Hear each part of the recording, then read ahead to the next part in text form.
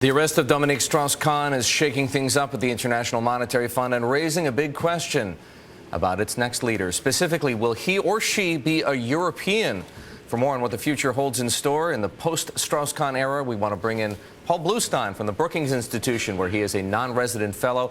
He is focused on the global economy. Paul has written 2 books about IMF reform. He's with us live from Tokyo this morning. So, Paul, which camp do you fall into? Do you think it would be fine if the IMF continued to be run by a European, as has been tradition, or whether it sourced the next leader at some point from somewhere else in the world? I'm definitely in the latter camp. I found it kind of breathtaking. I mean, as stupefying as this whole episode has been, you know, Dominique Strauss-Kahn arrested on these sordid charges, it's also been breathtaking to see how fast the Europeans have asserted their prerogative to keep this position for themselves, their droit de seigneur, as if I mean, look, they've had it for the past 60 years, ever since the IMF was set up in the 40s.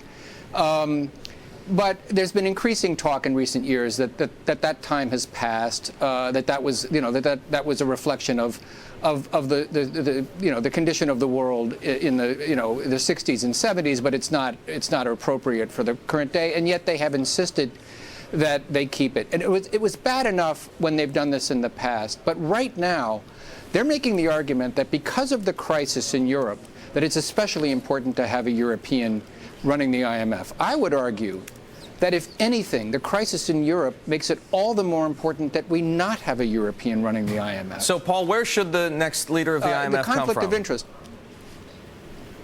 Well, I mean, I have a bit of a conflict of interest here because I'm affiliated with the Brookings Institution, and the head of my program, Kemal Dervish, who you mentioned previously, the former Turkish economy minister, is head of my program at the Brookings Institution. So leaving him aside for a minute, I think it ought to come from a non-European country, and I don't think it should come from the United States either, because the United States has always had this prerogative of having an American at the head of the World Bank. There are a number of distinguished candidates, certainly including Kemal Dervish, Trevor Manuel. You mentioned some of these people in your lead into this segment, and as I say, I think for a European to run the IMF during this crisis that we're having in the Eurozone, to me, it's a blatant conflict of interest. Europe is the region of the world that is most desperately in need of IMF financing, IMF guidance in terms of the discipline that countries have to adopt, and so forth.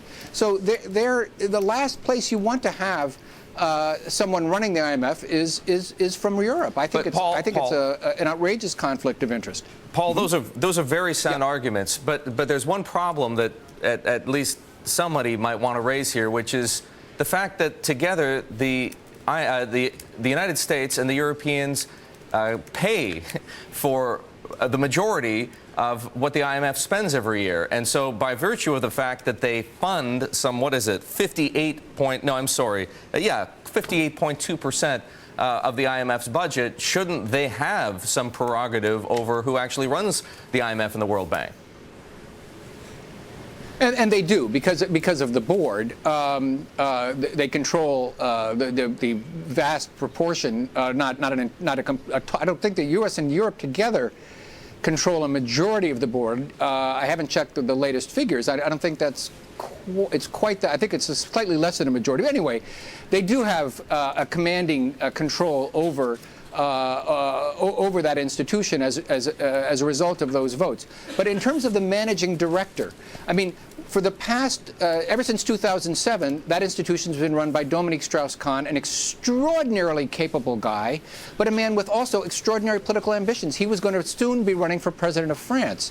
And, it bothered a lot of people on the IMF staff, I can tell you, that they were led by someone who had that kind of interest to consider in making decisions about what type of aid the IMF was going to be given. He knew that whatever the IMF did was going to have political repercussions in Europe that would affect his candidacy. And although no one really questioned his judgments as being terribly faulty, there are a lot of political considerations that go into these bailouts. Are debts going to be restructured? Is the pain going to happen sooner rather than later? So there are all these considerations that go into these bailouts, and to have a politician who is going to run for president of one of the major countries in the Eurozone, to me, that presented a considerable conflict of interest. Now, he was picked in 2007 before the Eurozone crisis. Now we've got the Eurozone crisis upon us, and I think it's time for a change in this system. Paul, it's a passionate argument. We appreciate you joining us to make it here. Paul Blustein there of the Brookings Institution saying it is about time that somebody other than a European ran the IMF.